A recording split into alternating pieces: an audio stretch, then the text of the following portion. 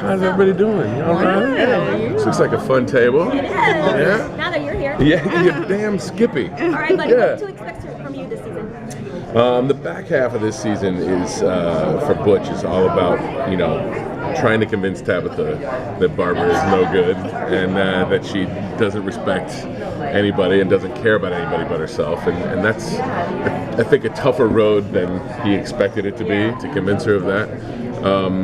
He's also in this kind of weird, as happens in Gotham, this weird grouping of people where you've got Enigma and Barbara and Tabitha and Butch finding themselves together and in this weird kind of way.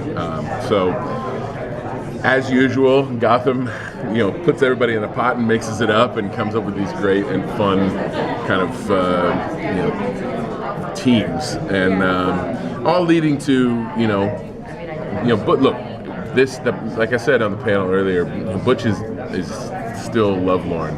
He's head over heels for Tabitha, and as much of a badass as he's been over the last several years, he's kind of a softie when it comes to that. So it's going to be interesting to see where that leads to leading up to the finale. Absolutely, after the whole Penguin fiasco. Oh yeah, it's time for a change. Absolutely. Tell us about the evolution of Butch. He's come a long way from the beginning to where he is now. What's it like to play that evolution? Started from the bottom. Now he's here. Yeah, look, Bruno told me from the very beginning when he cast me in the pilot, he said, look, Butch has a life here. He doesn't look like it initially, but he's the kind of character that people are going to underestimate until it's too late. And he's going to find his way, and that's been true. I mean, it was true in season 1 to go from being just kind of the right-hand man to then ultimately, by that last episode of season 1, having as much to do with altering the face of Gotham as anybody, with the mind control and all that. So, and then season 2, kind of that weird relationship with Penguin that was so kind of funky but yet worked. And now with season 3 with kind of his love for Tabitha. So I love television as an actor because you have a long time to kind of work on an arc and see where it goes. And I'm constantly learning new stuff, and that's so fun to have a character that you can live with. I spent a long time before Gotham playing guest stars on a lot of different shows, which is fun, but you don't get that longevity. You don't get that opportunity very often to kind of stay with a character and see it through. And that's been, to me, the best part about this whole gig. So, I know that you're a singer, and there was some mention of a musical episode, if that would ever happen. Yeah. What do you think would be like Butch's solo song? Oh man, Danny and I were talking about that.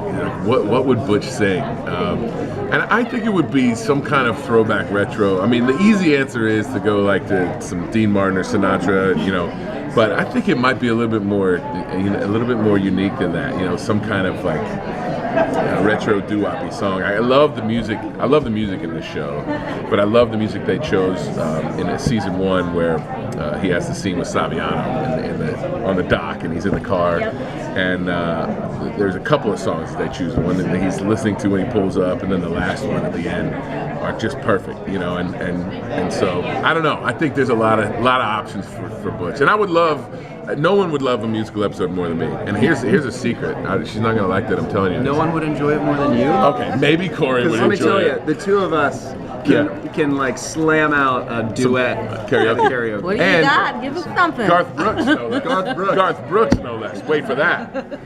And it is true. We do a lot of singing, and I also had Jessica Lucas has a great voice. She doesn't want anybody to know that, but she has a great voice. She and I rocked out to Ain't Around High Enough, the Marvin Gaye, Tammy Terrell.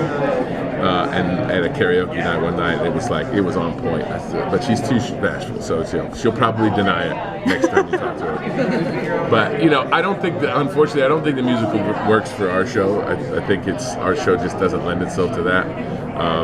But I would love to see Butch get us. I mean, he's got Sirens right there. I mean, he's got the opportunity. But I don't know. I have to talk to Danny. If Danny comes around here, I think you guys need to pitch it to him. Right. Yeah. Aside from singing, what's on your wish list?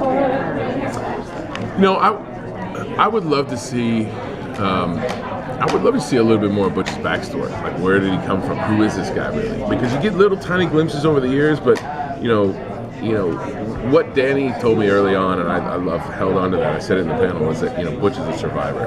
He's a kid that kind of grew up in the streets of Gotham, like learning all of its secrets, and so I want to know a little bit more about that. There's also this randomness of his nephew, Sonny Gilzean, that a lot of people have forgotten about, but he makes an appearance in episode 15. And there's no they don't even mention his name, but like I think that's kind of cool that he has a nephew, and like so what what is that about? Like where did Butch come from? And so maybe we'll find a little bit more about that in the end of the season.